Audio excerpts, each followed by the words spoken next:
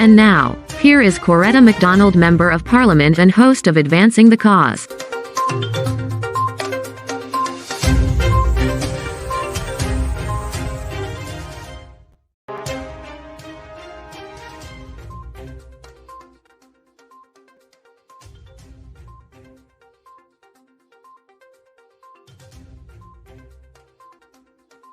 You're on it. Use up your mic. Unmute your mic, go.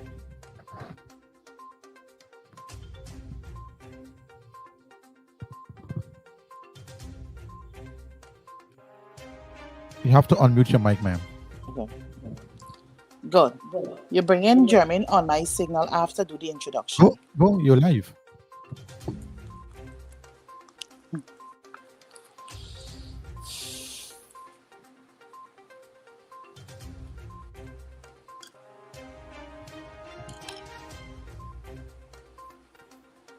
You can go now, Annette, you're live. Okay. A pleasant Wednesday evening. Welcome to yet another program of Advancing the Cause. I will be your host for tonight's program in the absence of my colleague, sister and friend, the Honorable Coretta MacDonald, who usually hosts this program. So it is Wednesday, December 7th, 2022.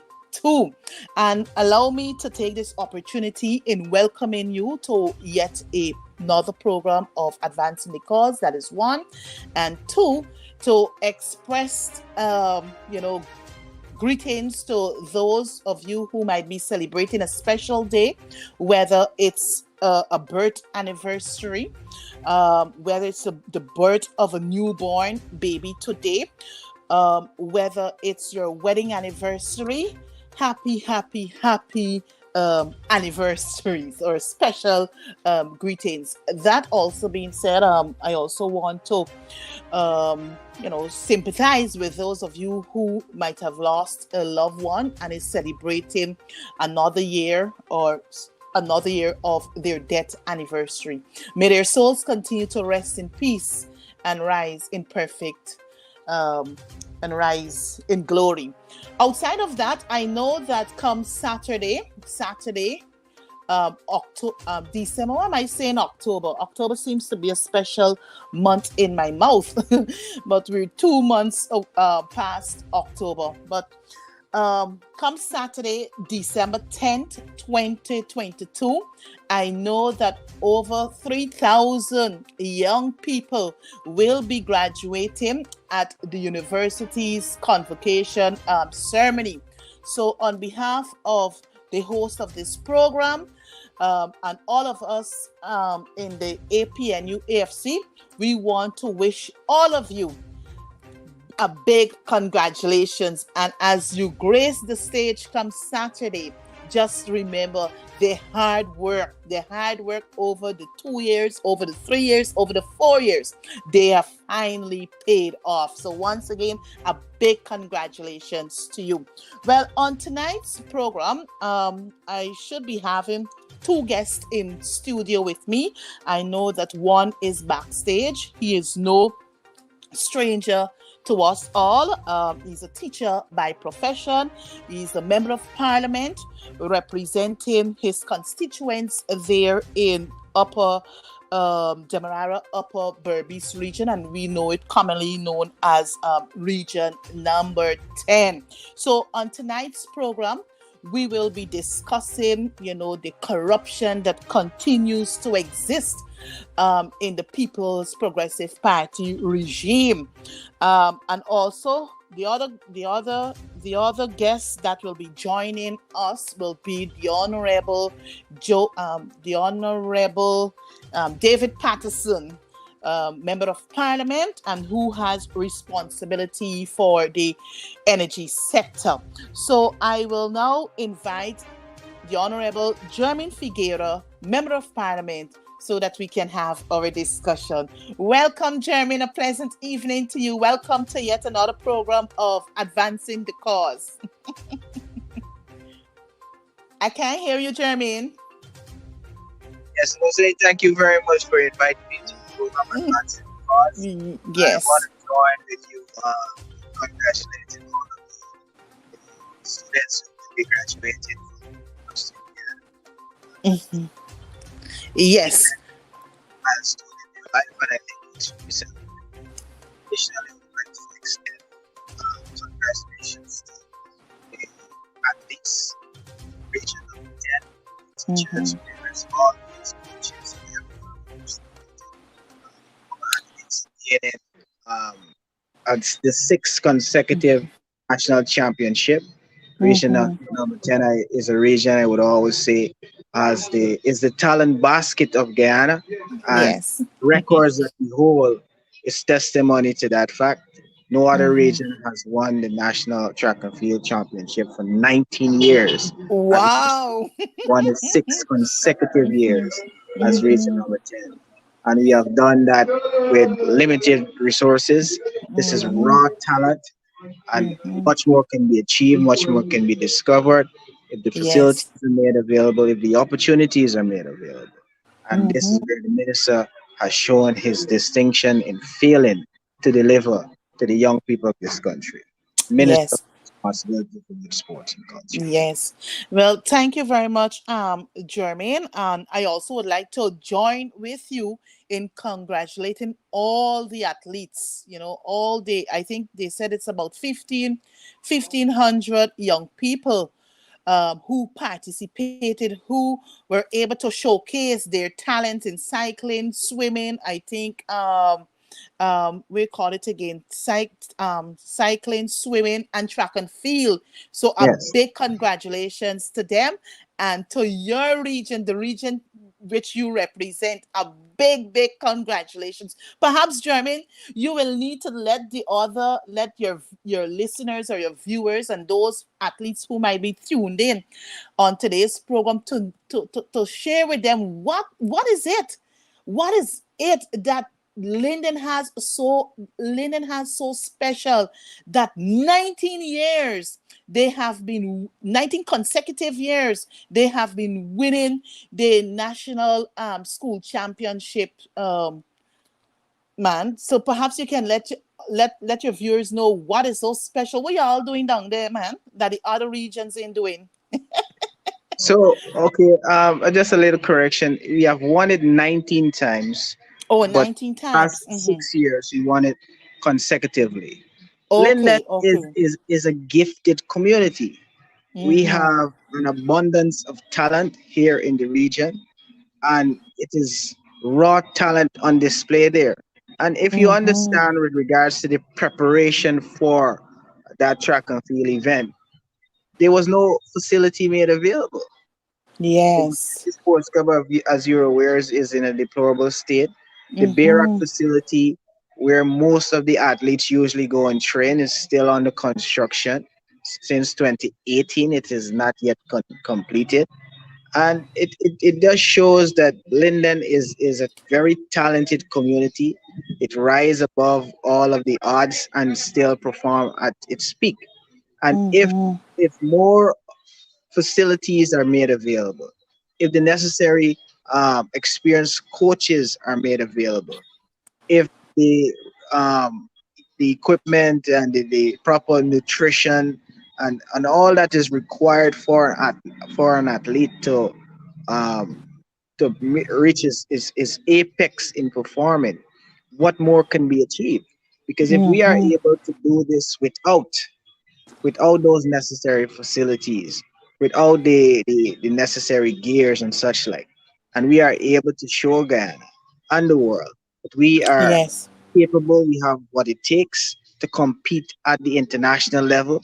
And I believe it is time that level of investment is put at the school level, at the university level, so that Guyanese can really understand that sports is beyond just participating in an event. Mm-hmm. And Mm-hmm. right now we're witnessing the power and the might of sports with regards to the Yes. FIFA World Cup. The world Mm-hmm. is tuned in to what is going on at in Qatar right now. A lot Yes. of human rights issues are being raised. That is the platform that sports allows a country to allows so many messages to be sent. So I'm saying Mm-hmm. a lot of investment needs to be invested in our young people, and Guyana can be known also as the spot like Jamaica, where we Yes. present to the world elite athletes. And it's Mm-hmm. disheartening. I was very flabbergasted by the fact learning that the minister with responsibility for youth and sport, inclusive of the minister of education, no senior functionary official was present to the Mm-hmm. to hand over the winning trophies to the regional athletes who would have performed exceedingly well. And it is Wow. testament to the non-interest this minister has with regards to his portfolio, a portfolio that I believe is the most important portfolio of all of the ministries in the country, in the Mm-hmm. government, because Mm-hmm. this is where the youth, the future of Guyana rests.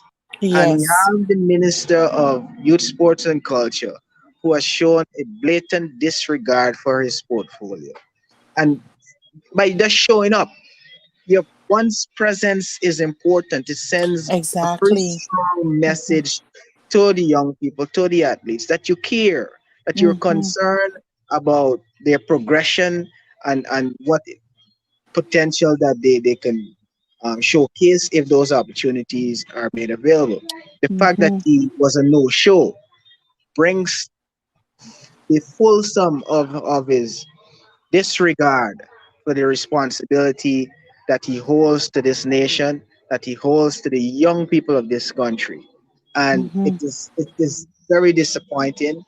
I mean, I am equally disappointed that the Minister of Education, who I believe, um, and with our experience dealing with young people for a number of years as the former Minister of Education and present Minister of Education, one would have expected her, to show her presence and be Yeah.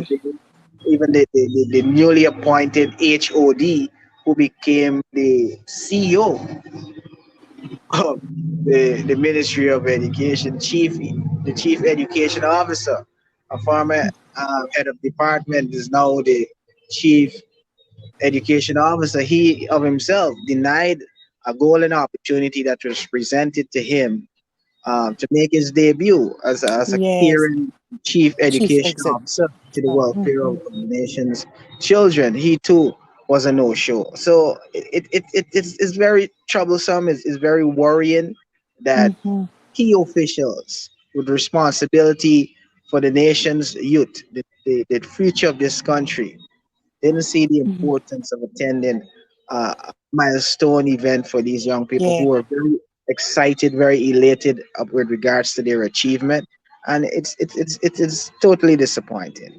Yeah, well, thank you very much, Jermaine, for that update, and and you would have expressed your dissatisfaction of those persons who failed to show up to give our young people some sort of encouragement. Let them know that look, they feel belonging. They have the officials there from the ministry. They have key interest in this thing called sports. But I was also made to understand, German, I don't know if you're aware, that the president of the Cooperative Republic of Guyana, he too was a no-show. And on program last evening with the General Secretary of the Teachers Union, Honorable Coretta MacDonald, she reported that usually the head of state would normally grace his or her presence to at least give some comforting words, some words of encouragement to the athletes. And in this case here, President Ali was a no-show. So I don't know if you want to share your view of his non-presence on the first day or during the period of the national school championship celebrations. Well, one would want to accept that a president's responsibility requires his presence at a multitude of functions, and that is why they have ministers. He would have entrusted his ministers to act when he Mm-hmm. cannot make certain attendance. And that is why Mm-hmm. I'm saying, I mean, yes, the president, if he was available, should have shown himself. But the fact of the matter is, he has a minister. He has entrusted a minister with Mm-hmm. responsibility for youth, sports, and culture.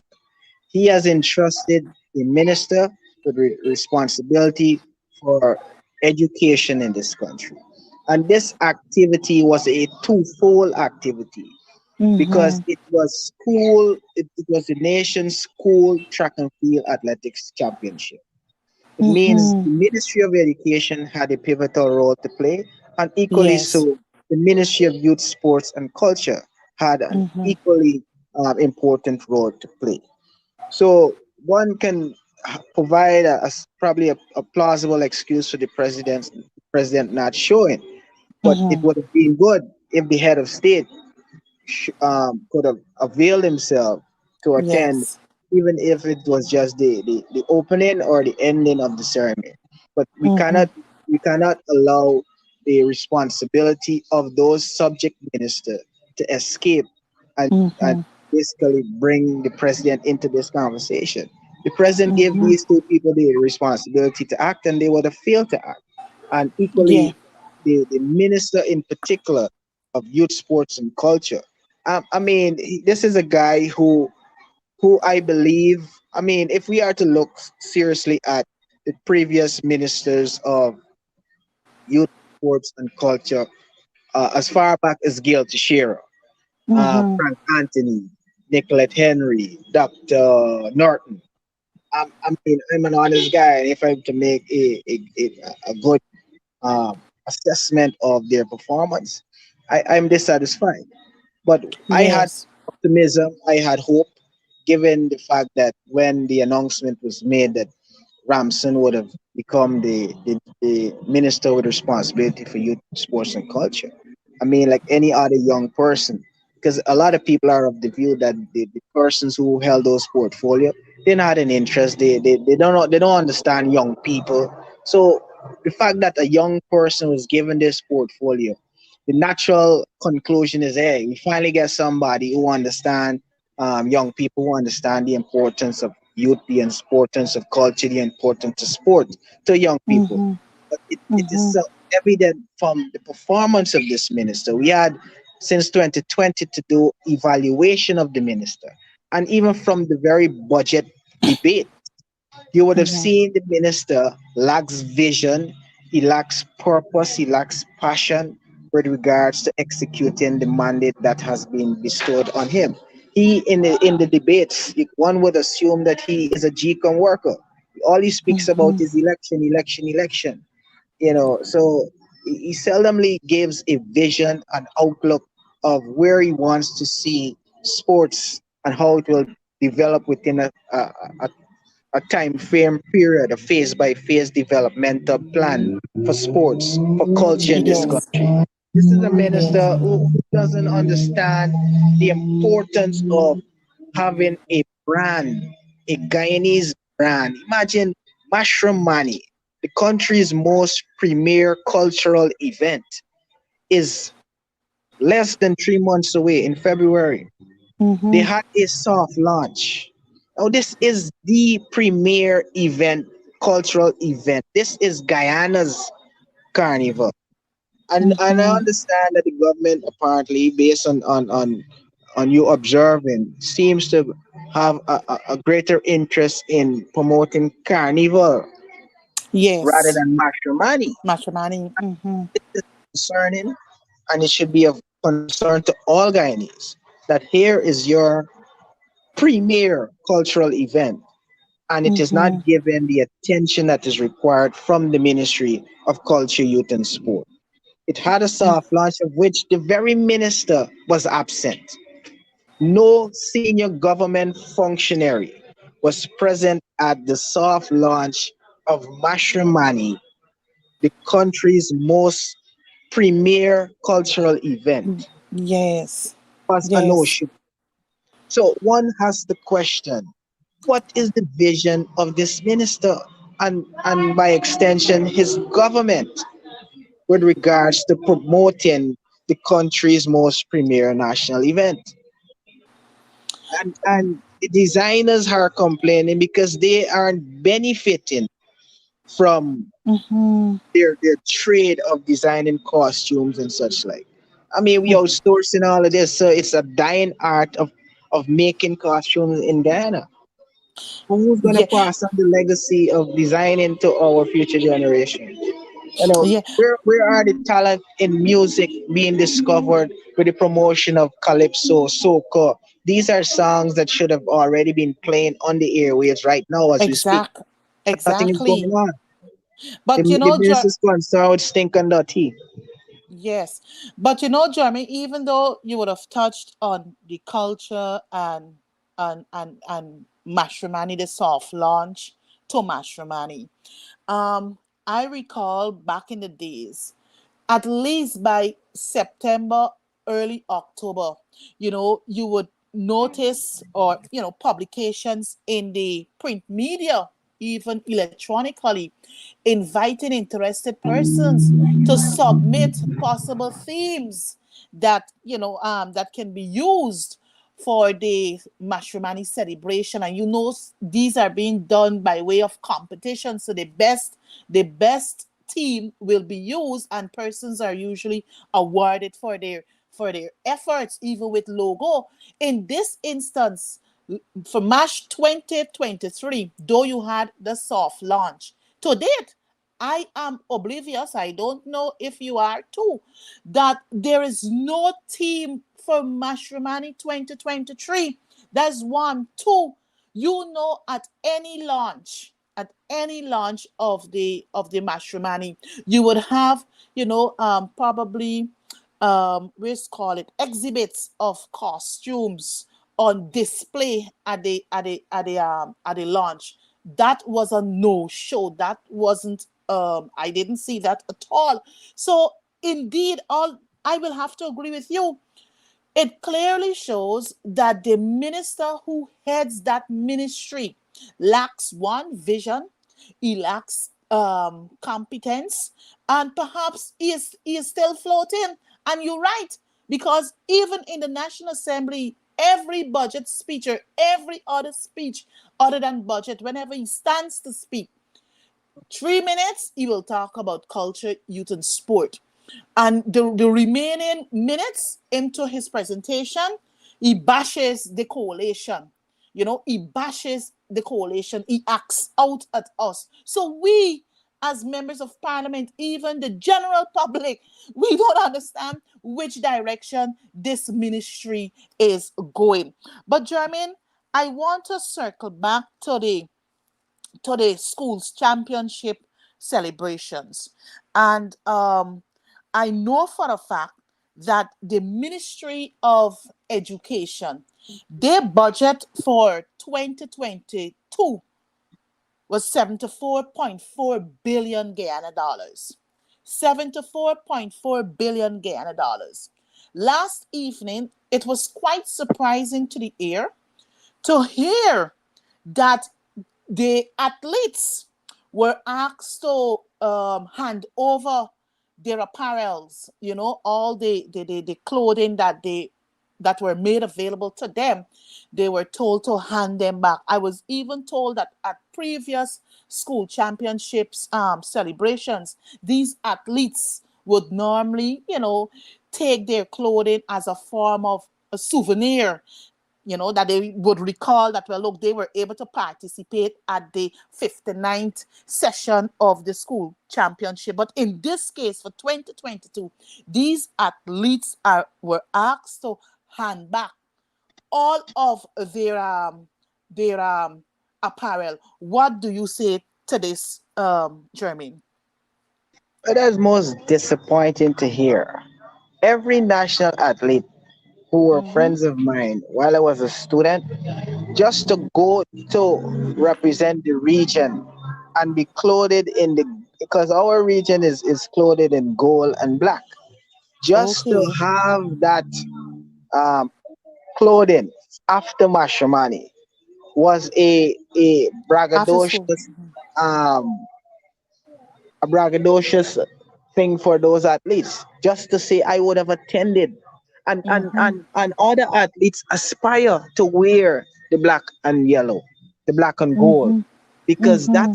that is a memorabilia for those athletes. They have something to Yes. show that, listen, I would have attended and represented my region with our colors. So it gives them a somewhat of a hype or bragging rights throughout the year of Mm-hmm. Mm-hmm. their school until the nationals comes again. And it is disappointing that in this oil rich economy, we are asking students to come to represent their regions. And when they would have done so, given of their best, the ministry is asking them to give back the clothing. That is Mm-hmm. unacceptable. It is uncaring. And we have seen at the last budget, at the last parliament, where the government would have been asking for supplemental. We have ministries, for example, the Ministry of Public Infrastructure, I was failed coming to to that, Jermaine. failed I to was coming to that. spend Mm-hmm. failed to spend more than 55% of their budgetary allocation on capital works. And it is evident that there is money is available, but the incompetence of some of the ministers, they are unable to spend what was given to them. But yet still here we have money spent on clothing, something so minuscule to our nation's children. You're taking it back from them after they would Mm-hmm. have given their best in performing for this country. Because national track and field athletics competition is the ground where we Wrong. spot Mm-hmm. talent and Mm-hmm. identify prospects that we can nurture to represent Ghana on an international platform. That is where we should be scouting for the nation's next Olympian athlete. But Mm-hmm. this is what we're doing to them, Well, breaking their morale by yeah. accepting back clothing. Yeah. Well, Jermaine, my first reaction after hearing such, after hearing such, Jermaine, is that, well, look, come 2023, the ministry will indeed budget for clothing for athletes. But in this case, if you're asking the athletes to hand back these clothing for 2022, I believe that these very clothing will be used come 2023. So therefore, the monies that will be budgeted for clothing for national schools athletic championship, the money will be siphoned off in some other direction. You understand me? So it will not go to where it has to go, because it will go into somebody's pocket. But we can move off from there, Jermaine, and we Yeah, but can additionally, before you go, I mean, another important issue with regards to that championship, there was an allegation of a coach involved in raping one of the athletes. Oh I don't know yes, the yes. legitimacy of those claims, but it is Mm-hmm. concerning. I had not read or seen any comment coming out from the ministry Mm-hmm. regards to that incident would have transpired.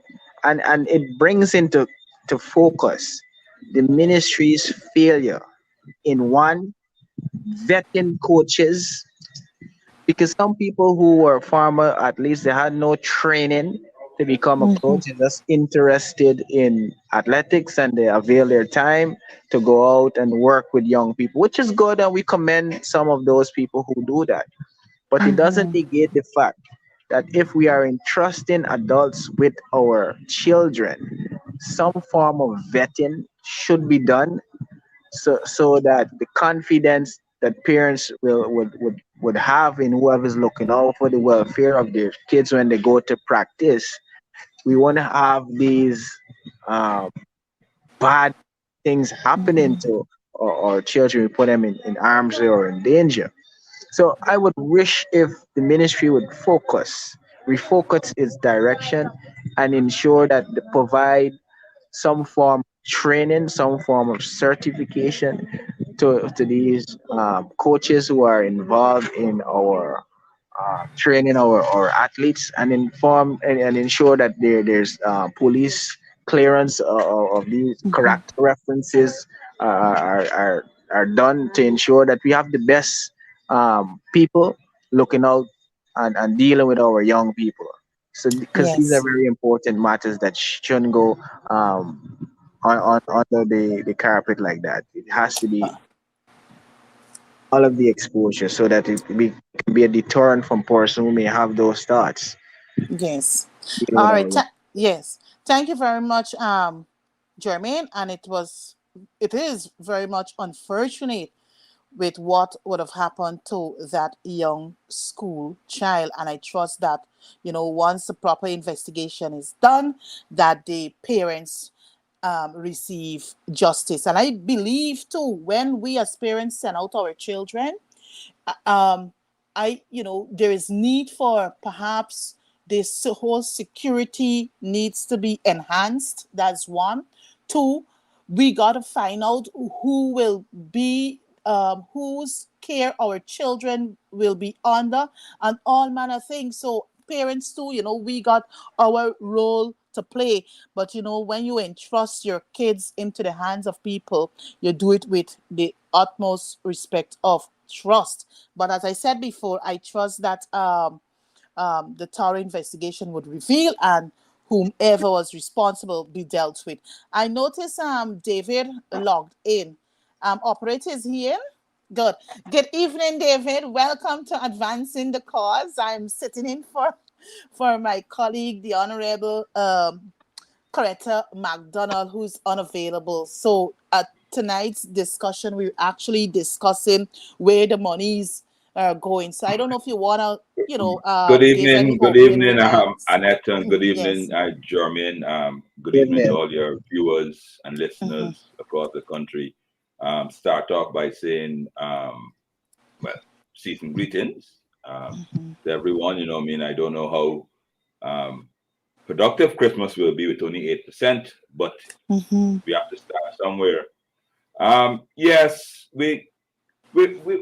Annette and German, as you know, we're noting something that is going on with this government here, and it's quite worrying in the sense that there's a lot of money being had. A lot of people sit down and they complain about the oil deal that was signed in 2016, but that same oil deal allowed the government to have over $1 billion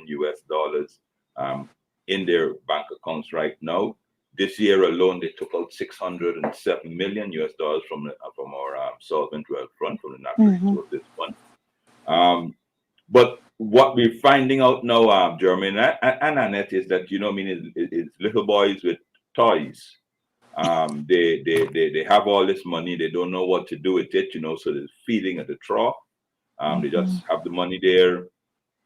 The procurement laws are being flouted. And you could remember, thought that to be a Yeah. contractor, you must have Mm-hmm. to go through a process. You must have some experience. You must, Exactly. etc. Edgel was quite happy to get up at Parliament and say that they have 942 new Contractors. contractors, Mm-hmm. and persons that were weeders are now contractors of building Mm-hmm. roads and those things like that. And the general public, and we're glad for persons to be given the opportunity, but we have to wonder what's the end product you're going to be having, because obviously we know now that the hard working staff of the Ministry of Infrastructure and Public Work, they're stretched. they can't monitor it. I mean, the reasons why you have experienced people is that you're hoping that everyone has an engineer or a foreman with qualifications Yes, who knows what's going on and those things like that. exactly. So while they're boasting about all these things that they're doing, we have to wonder what the end product will be. But we know the PPP, they've always been. You could remember at Jermain, what we used to call election roads, Yes. whereby they fix and they do a road, and 6 months later it will break up. So that's where we are at the moment. And what's even worse, and I wanted to say something that I mentioned it today, and I mentioned in Parliament, and Jermain, you were there, and it's unfortunate you're not there. Hopefully you'll be back with us shortly. But I repeatedly asked Ejel, how is he going to spend this money? Because he haven't spent a cent. He's only Yes. spent 50%. I mean, I was told 51% is even too generous. But he hasn't spent. He got $88 billion. $88 billion, folks, and he hasn't spent a cent. He only spent half of it, and yet he comes for another 18 billion. $18 billion. You know what I mean? So, and that's ripe for corruption. You know, Annette, you know what's going to happen. They're going to Yes. give a man a contract for $500 million to weed a road. And say, and then, you know what I mean, just read a little stretch of road and say, oh, well, that's how I spent it, you know what I mean? And that is really what's going to be happening with that $18 billion plus the 51, the 43 that they haven't spent as yet. So all I can say is we have to be vigilant. I mean, the PVP are back again, the boys are back again, you know what I mean? The sticky fingers, the feeding of the troughs, friends, families, and favorites, just getting richer, while us, the normal folks in the country, are getting more impoverished, and they're all they can give us is a mere, and our hard public service, a mere 8%, which we don't even know if it's tax free or not.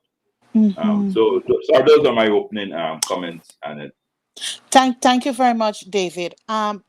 David, though I wasn't physically there on Monday, I was actually following the proceedings via the social media, or the Facebook of the Parliament office.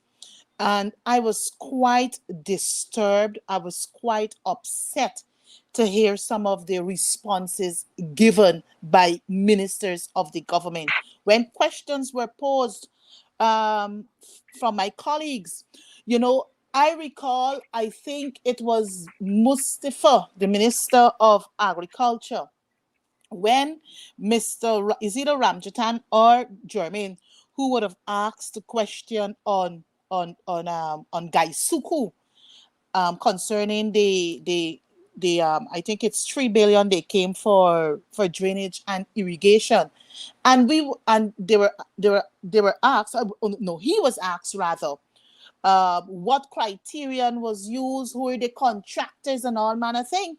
And the response that he gave was, go to the website of the National Procurement and Tender Administration Board. There you will find everything. And you know, David, that when you log in on the website, it is not useful. It is not helping us. So perhaps, David, I don't know if yourself or Jermain would want to share your concern regarding how contracts are being handled at the national level under this administration. well, listen to me. In particular to Minister Mustafa, there's been a persistent rumor, and I could say it here, and I mean that some of his family members are benefiting from contracts in under the NDIA and under his ministry. So that is the reason, not maybe, that is the reasons why he would find he doesn't want to give the information. I think, I mean, even the speaker said, thought that that's where he's supposed to, when you're in Parliament, you're supposed to provide the information. Exactly. Unfortunately, he did not. But it's not only him; it's all of them. You know what I mean? Jermain, you could remember we were asking they came for $1.7 billion for both sides for electricity. For electricity, yeah. We we're asking, and then of course another 947 million for Linden. And they said to us, all of that money is just for fuel. So both sides has gotten out $3 billion already for the year. And of course, and we're glad at all that there's no increases. We're glad at all that the power remains in Region 10. But what you're supposed to be doing, and then of course, and all the Mali and all those other places got money just for fuel. They're not doing anything to improve the electricity system. They're just paying both sides. They're not doing anything to expand the network and the coverage and those things like that. All they're doing is just paying for fuel in Georgetown and those things like that. And us as citizens, they're saying that to keep the prices down, which we love. But the service, you're paying all this money, the service that we're getting out to these utilities is piss poor. You know what I mean? In my office, I got blackout in Georgetown 3 times in today only. But we give JPL $6 billion on Monday. So you know what I mean? And he made statements such as, of course, their default statements, GPL is owed money and those things like that. But the GPL is just like, guys, look up, you're making a loss. You know what I mean? Do something about it. You know what I mean? Change your habit. But they're giving money to these companies, and they're not improving their service. They're hiding behind the increase of cost of living, which we're glad and we're grateful that you're absorbing some of the cost. But come on, we supposed to be little Dubai of the Caribbean and those things like that. I mean, at least you got to do is improve this service that you're giving to the people. Nothing in it, you know what I mean? Everything that they do are just, and their supporters, I don't know, seem to like it. They just announce massive big projects, you know what I mean? They announced they're building the Harbor Bridge, you know what I mean? Not a nail has been done. Not a single thing has been done with the Harbor Bridge, you know what I mean? They announced that they're building this road, they're building a new road, they moved squatters off upon Trench Dam. Nothing has been done. And then you ask why? Why? I mean, what is the use of it? You have several more pressing issues. I mean, they did over the embankment, paved all the entire embankment, largest car park in the country. Because all that happens there is people park their cars there during the day. You know what I mean? They haven't even, and Jermain, you know that, I mean, you have all this money, fix some community grounds in some depressed areas, you know what I mean? Provide it, fix the ground perfect instead of going and do these things so that communities can benefit, you know what I mean? Free education. That $18 billion Edgeo got, they couldn't spend, could have paid for university education next year. Everybody go free, and we could have given back the people that have paid this year the money. But they don't do that. Why they don't do that? Because it benefits everybody, and when it benefits everybody, it benefits our supporters, even their supporters, but they prefer to even keep their supporters down, right? Because they want to ensure that our supporters doesn't have any benefits whatsoever. The money that they came for $48 billion. You mean there was nothing there in there for Ministry of Education. Nothing there for Ministry of Education. You know what I mean? There's nothing there to alleviate. People still have to be paying for school books, paying fees, and all these things like that. You have $48 billion. Give it to where it's needed. There's nothing there. I mean, Jermain, you asked about several questions about the Linden Hospital. CT scan. I mean, you could have bought about, I don't know, probably 100 CT scanners with that $48 billion. Up to now, he says, we're considering it, and it may come in 2023 or it may come in some other future time. Have the money now. Use the money for the entire country rather than the friends, families, and favorites. Exactly. Jermain, you want to come in here? I'm not hearing you, Jermain. You have to unmute, Jermain. You have to unmute. Unmute, Jermain. Yeah, you hear me? Yes, we're hearing you now. So what was equally concerning for me is when the questions were posed, it's not only the refusal of the ministers to answer the question, but their suggestion that it is in the public domain, it's in the media. Yes. The parliament is the sole authority. Sole authority for representatives of the people to ask questions concerning the interest of the people, and whoever is responsible ought to provide the house with those information. You can't say to a elected official, a member of parliament who's asking you a question, that go and read the newspaper, go and read Kaichur News and get the information because it's in the public domain. These elected officials in the government fail to realize that they have a responsibility to be accountable to the people's money, to be accountable to every citizen of this country. So when questions are asked concerning their welfare, you have a duty to answer. I was stunned by the prime minister of this country's response when member Patterson was asking him several questions. He's saying this public knowledge is in the public domain. We want us to go and read Kaichur News. Everyone in Guyana knows a lot of these news agencies. A lot of times they don't carry accurate information. They don't do no analysis sometimes. So we have to ask the people we have given the monies for them, who are the custodian of these monies. What is it that you're doing with the people's money? And you have to answer. You can't tell us go and read it whether in the public domain or go and check on some website. I mean, it's the arrogance of some of these ministers is appalling.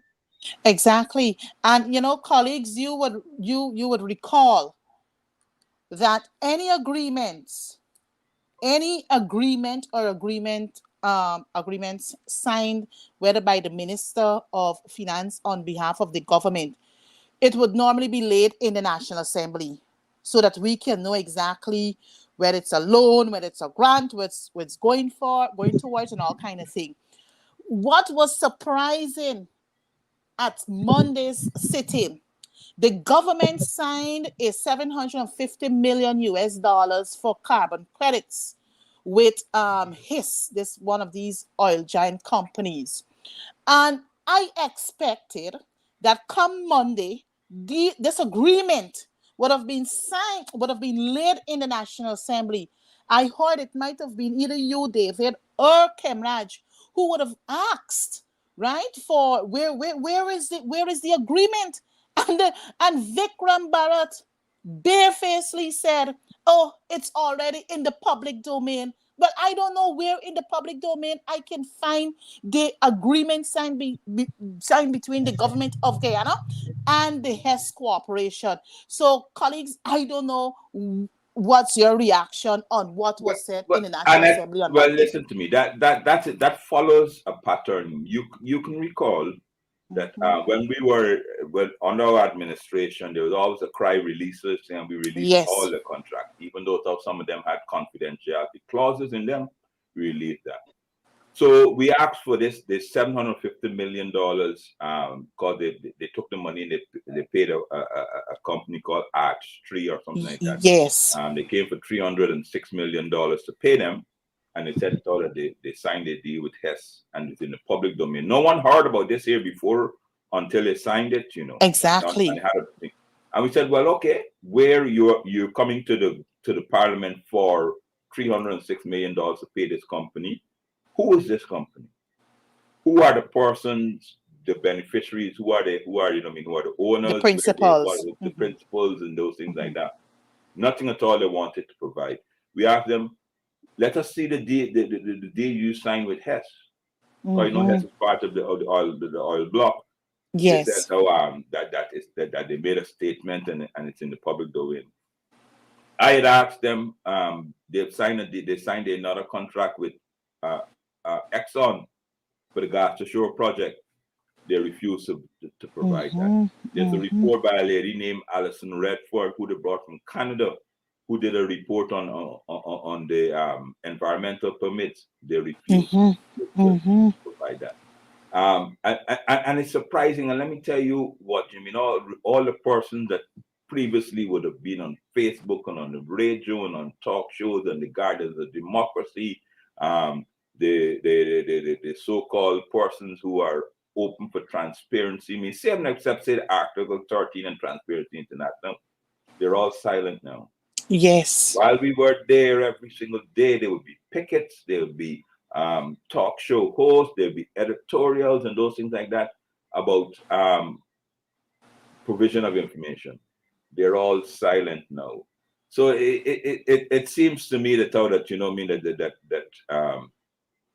what's good for the goose is definitely not good for the Go for gander the gander. when it comes to transparency and accountability with the PPP. You know what I mean? They hide everything. They don't tell everything. They give half answers. You know what I mean? The corruption is ripe in Guyana.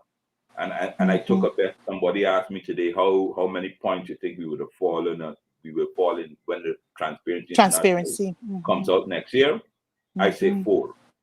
Because the highest rating, the highest rating, which means the best fight and the best rating the country ever got was under the coalition government. You know what I mean? Yes. We rose and we were one of and we were identified in 2020 as one of the rising star top 5 countries fighting corruption in the world. That's the 2020 Transparency International report. 2021 we dropped 2 points. 2020 the next one in 2021 we dropped I think 2 or 3 points. 2 or 3 points. We dropped 4 points, and we go back. While on one hand they're saying that we have the fastest growing economy in the world, we also go back to where we were pre-2015 as one of the most corrupt countries in the Western Hemisphere. You know what I mean? And they have the audacity to talk about our stewardship while it is plain in everyone's face what's going on. I'm sorry that Jermain if he's off there, but Bamia, the school in Bamia, I passed there. You know what I mean? They got footballers building a school. I mean, come on.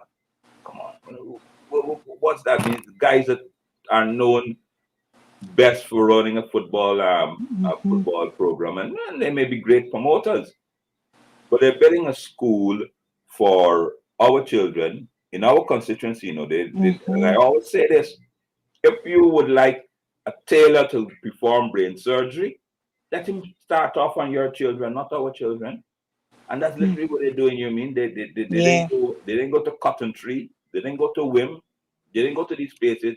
They give the promotion. I mean, a football promoter a contract to build in Bamia. So if anything happens, it's the kids of the coalition that will suffer. Yes. If you want somebody to experiment, and if you say that you're expanding it, let them experiment it. If you're so confident that they could do it, go and give them in WIM. Go give them in Babu John. Let them go build a school in Babu John and those things like that. But at least for us, let us put competent contractors in areas where under the coalition. But that's that. And ladies and gentlemen, I want you to know how the eye pass us. They wouldn't do that, because their supporters would lynch them if they said take the same footballers and football promoters and they go and tell them go and build a secondary school, a primary school in WIM. They would lynch them because they say, yeah, I pass we. But of course now they do it, and they'll say, and I'll say it, we give a black company it because it's a black community. BS. BS. There's so many black contractors who are qualified, who are being denied jobs. Yes. Who done that school and done it correctly. But no, you mean, and they try and use this thing, but we have to call a spade a spade. You can't give, and they're giving persons who are not qualified in our communities. And they say no because they're black. But if you want to, fair enough. I don't mind empowerment of black people, but do to your communities too. You go and send these fly-by-night contractors, send them to your community so they could give them the substandard work. Yes. David, the other interesting thing at Monday's sitting, the Minister of Public Works, I heard him boasting that his ministry was able to accomplish in the construction or repairs of 1,053 roads. 1,053 roads. And again, questions were asked because I think it was the leader of the opposition Where? who stood up and said, well, look, on average, it would have been like 25 roads. No, 100 roads, 153 roads, 1,053 roads, he said. Yes. So he said, yes. So he said, and leader opposition asked a very simple question. If you divide 10 regions by 1,053, 53, you're supposed to have at least 100 roads per region if you've been doing this thing equitably. Exactly. Right? And he asked them to name the roads. He did in Linden, he waffled, right? He named roads that we did, and Victory Valley Road, we did that. Right. So on us, you know what I mean? And so forth. You mean I think Voller got up and said he did no roads in Figueira, he did no roads in South Georgetown. And we're wondering, and persons have to sit down and really take a stock of what's going on. I know how they're trying to say that they want to local government elections is coming up, and they're trying to say that they're active and those things like that. Ladies and gentlemen, don't be fooled. Don't be fooled. They don't like you. They're using the government's money. They're using the money from the oil deal, the coalition signs, to try and buy you over. Edgel got up and boasted how there's the most money ever in the ministry. Of course, it's the most money ever in the ministry because the country has the most money ever. Most money now, yes. Right? But what is he doing with it? Every single day, you know, I mean, I posted a slide by that myself and Nigel Hughes worked on over the last 3 weeks. Economy and justice. Yeah, the statistics showing that 87% of the of the contracts goes to Indian contractors, and we should not be ashamed or worried to say call a spade a spade. The facts are there. So they give us a drain to clean for $500,000, but they give new contractors never did anything ever before. They started just like the same promoted guys. The promoter guys statement 8 signed up their company in March. I want a $400 million project in August. Their guys are doing roads that you never and you know that we know all the road contractors, and we did a lot to build them out of the industry. So we have all the information. We know all of them who have the capacity, who don't have the capacity. We had them in tiers, tier 1, tier 2, tier 3. 87% of the major contract goes to East Indian companies or foreign companies. The majority, I mean, there's about a few Trinidadians owned by Indians as well here, and they don't see it an issue. But what they do is when you raise it, they try to make us feel uncomfortable about speaking about it. They'll attack us and say that we'll be talking race and those things like that. But we should not be. It's a fact. It's blatantly obvious in front of us. You know what I mean? Somebody once responded to me today, said, well, there are no black contractors. Courtney Ben is on his knees. I think he's probably bankrupt right now. I've been looking at my place. I've been looking for guys, there's AA Engineering and those guys that were there that did really good work. Not a job. Not one of them. I see Ivor Allen. I mean, there are plenty. You would have thought KP Thomas. I mean, you'd have thought those guys that did work all around the region. Not one of these big jobs they can get. And they've been doing these contracts for the last 10, 15 years. Yeah. But they have the audacity and they try to shame us and say that we're racist when we put a fact in front of them. But the facts are facts. And if they want to disprove us, if they want to shut us up, I mean, they say, show me the money, show me your contract, show me it. Just like how we put out today, who won the contracts, the value of the contracts, how many are of East Indian. I mean, this country, Annette, is big enough for all of us. Exactly. The money that we have is enough for every single person. You know, like Americans, I heard them now talking, and Canadians, and everybody start, but inclusivity, Mm-hmm. transparency in disbursement, because they are well as known and thought that they probably, I mean, we've got buyer's remorse because they supported them in 2020, 2019 because, but then, and they promised, I know thought they went to, they promised the international community that we've changed, but the Yes. leopard never changes. Change its stripe. Mm-hmm. You, no matter what you do on it, you put a pig in a barn with food, he You can't help can't himself. yourself. He has Exactly. to eat, and he eats and eats and eats, even when his belly full. Right? There's a bag of apples he wouldn't eat, and then his belly full and leave the rest. He bites all the apples so they will spoil. That's exactly what the PVP are. Mm-hmm.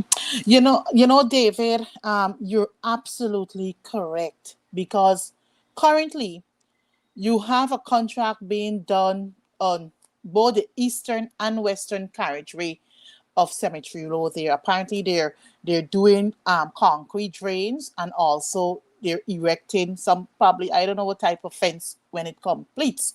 But the sad thing about it though, David, is that when I saw the equipment out there and the label on the equipment, it was a Avinash contracting services or construction company. And I said, well, look, I serve in the Ministry of Public Infrastructure. I had preview to the list of contractors. I served for a small, short period of time at the Ministry of Communities, Department of Housing.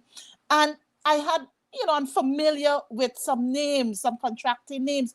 And at both ministries, I have never, ever come across the name Avinash Constructing Company. Where are we going, David? Is it a case whereby we just handpick people and just shove billions of taxpayers' dollars down the throat and say, here, put them out there to give us substandard work? Because David, when the works are completed, we will have to expend additional monies because this is the nature of the people. You're giving a man who is a probably what should I say? You can't give a doctor contracting work. You understand? And this is what exactly is happening. So what is your Look, thoughts on look, this? look, look, look. You mean that just one? You know what I mean? If you check, the person that has construction companies, I mean, critic What? of critic fame. You know what I mean? You know what I mean? Critic with a joker face has a construction company, has contracts. You know what I mean? Members in the private sector commission have open construction companies and have contracts. And then they come to say to us in the opposition about we must behave ourselves. If you have any complaints about corruption, we must bring it to them. But they are the facilitators of the contract. Exactly. You know what I mean? Come on, critic has a big construction company. You know what I mean? So where are we going? And then you know what I mean? It's not just that. And what is even more disappointing to me is that they would call a few. I mean, I'm sure it's happening in Linden. I know it's happening in other places. So they look around for someone who they think is an influencer or somebody a black person, and they wouldn't give them a contract. You know what I mean? They would give them some. They say, "Oh yeah, so here that we will clean a drain." And then on top of cleaning the drain, you must come and smile with me. You must come and invite me into your community. Tell your people to open your doors to me. And all they're doing is using them. And I find myself so disappointed now that these persons in our community. I mean, I understand that things are hard, and I am one for if money is given away, take it because it's not the PPP's money and those things. But do not allow them to disrespect your people. If they want to give you a contract, you take it. But don't invite them in your house. Don't bring them at my door and tell me to come out to meet them. If you want to eat and they're giving away money, they make up, we're not silly. Take the money, by yourself, use it for because it's not comfortable. If you do it, encourage your friends to come and do it, but don't bring them to my doorstep and tell me that they're doing a good job for the community when they just bring you there and just have you there, and they discard you just as fast as they find you. That is what I'm going to tell.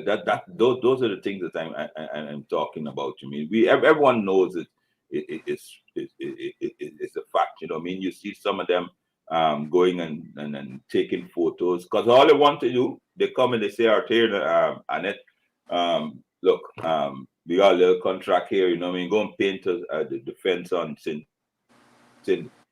Winifred's paint St. Winifred's friend, the school fence." And then said, "All right, here we go. We have an outreach in Newton Kitty, you know, I mean, come with us." And they have you there now, like taking out pictures and those things like that, and those things, and then they push a mic in your face. Of course, you want the job. You got 3 or 4 young boys that you want to feed. They got Christmas coming up. You want money, and you're supposed to say, "Oh, what a good government they are." Folks, stop being used. Stop being stupid. If they ask you to pay in the fence, take the money, pay in the fence, and you go home and you stay home, but you don't bring them into our neighborhoods. Don't bring them into our neighborhoods and tell us that they're doing a good job. They don't like you and they're only using you. They discard you, you know what I mean? If they do something good, you can praise them, right? When they do something wrong, you should also criticize them. You know what I mean? So we have to start thinking and behaving as though that slavery has been abolished. Yes. Well, thank you. Yes, David. Well, thank you very much, David, because we're already over program time. Yeah, And sorry, I think this, Anna. but that's fine. I think this discussion needs to be continued because that's the only way our people, the ordinary Guyanese, can understand what is really happening and just what is happening beneath the surface, and just don't take things for granted at the top of the surface. So I want to thank you, David, for joining me on Advancing the Cause. I do look forward to more discussions like these. And I also want to thank Jermain for being here, sharing with us, and most importantly, to you, the viewers and listeners, because without you, they could not have been advancing the cause. So God richly bless you, and we do look forward to you joining us come next Wednesday. Thank you very much, for another Jonathan. Good night to you and your viewers. Good night. Good. Bye-bye. Good.